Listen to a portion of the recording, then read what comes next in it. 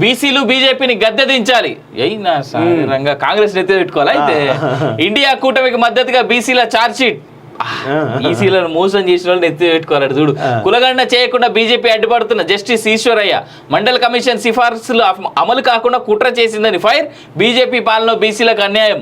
ఆ పార్టీకి చిత్తశుద్ధి ఉంటే బీసీలకు 50% రిజర్వేషన్లు ప్రకటించాలని డిమాండ్ ఇక్కడ అడుగు మరి ఈడ తెలంగాణ శ్రీనివాస్ గౌడ్ ఇక్కడ అడుగు మరి తెలంగాణలో సరే ఆ దేశాల్లో పక్కన పెడదాం మరి ఇక్కడ ఇంప్లిమెంట్ చేస్తా కాంగ్రెస్ అడుగు మరి నువ్వు బీసీలు బీజేపీ గద్దించాలంటున్నావు మరి కాంగ్రెస్ ఏం చేసింది బీసీలకి ఇప్పుడున్న మండలిలో ఎంతమందికి ఇచ్చారు ఇప్పుడున్న శాసనసభలో కానీ శాసన మండలిలో కానీ ఎంపీలలో కానీ మరి గది కూడా సోయి లేకుండా మాట్లాడుతుంటే ఇక్కడ 5 సీట్లు ఇచ్చింది బీజేపీ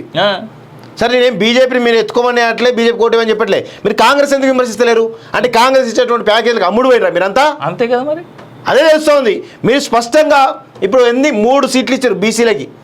చట్టసభల్లో ఎంపీలుగా 3 సీట్లు ఇచ్చారు దానిలో BV Patil already Suresh Shetkar already అక్కడ ఎంపీ అభ్యర్థి అది వదిలేయాలి వాస్తవంగా ఓడిపోయే సీటు సికింద్రాబాద్లో ఆల్రెడీ ఎమ్మెల్యేగా ఉన్నాడు ఖైరతాబాద్ ఎమ్మెల్యే కూడా ఆయనకు ఇచ్చారు అది కూడా వదిలేయాలి ఓన్లీ ఇచ్చింది ఒకటే సీటు మరి దాని గురించి ఎందుకు అడగరు మీరు మీరు అమ్ముడు పోయినా అని చెప్పి చాలా స్పష్టంగా అర్థమవుతోంది మీరు నిజంగా అమ్ముడు పోకపోతే మీరు ఎందుకు ఓన్లీ బీజేపీని ఎందుకు టార్గెట్ చేయాలి కాంగ్రెస్ ఎందుకు టార్గెట్ చేయరు కాంగ్రెస్ కూడా టార్గెట్ చేయాలి స్పష్టంగా ఇక్కడ కాంగ్రెస్ పార్టీ ఏ విధంగా మోసం చేస్తుందో అర్థం చేసుకోండి రిజర్వేషన్లను తీయడం అనేది ఎవరి తరం కాదు అది మోడీ కాదు మోడీ జేజం వచ్చినా తీయడం ఎవరి వల్ల కాదు అనేది చాలా స్పష్టంగా గుర్తుపెట్టుకోండి వాస్తవంగా ఇప్పుడు వచ్చి మీరు ఇట్లా మాట్లాడుతూ ఉంటే ఆ జస్టిస్ ఈశ్వరయ్య ఆయనకి ఏం బుద్ధి నువ్వు జస్టిస్ ఎట్లయినా అర్థం కావట్లే నువ్వు జస్టిస్ అంటే ఒక జడ్జిగా పనిచేసినావు కదా ఈ న్యాయ వ్యవస్థలో ఒక్కసారి నువ్వు చెప్పు న్యాయ వ్యవస్థలో జరుగుతున్నటువంటి ఈ కొలీజియం వ్యవస్థ గురించి నువ్వు నిజాలు చెప్పేటువంటి దమ్ము ధైర్యం ఉందా అని అడుగుతా ఉన్నాను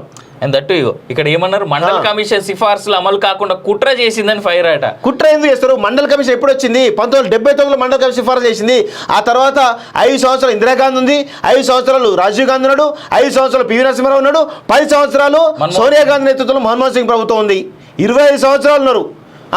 11 దానికి ముందు 11-12 సంవత్సరాలు మళ్ళీ ఇందిరాగాంధీ ఉంది అంతకుముందు 16 సంవత్సరాలు ఉంది అంటే 55 సంవత్సరాలు వాళ్ళే పరిపాలిస్తే మండల్ కమిషన్ సిఫారసులు కాకకాల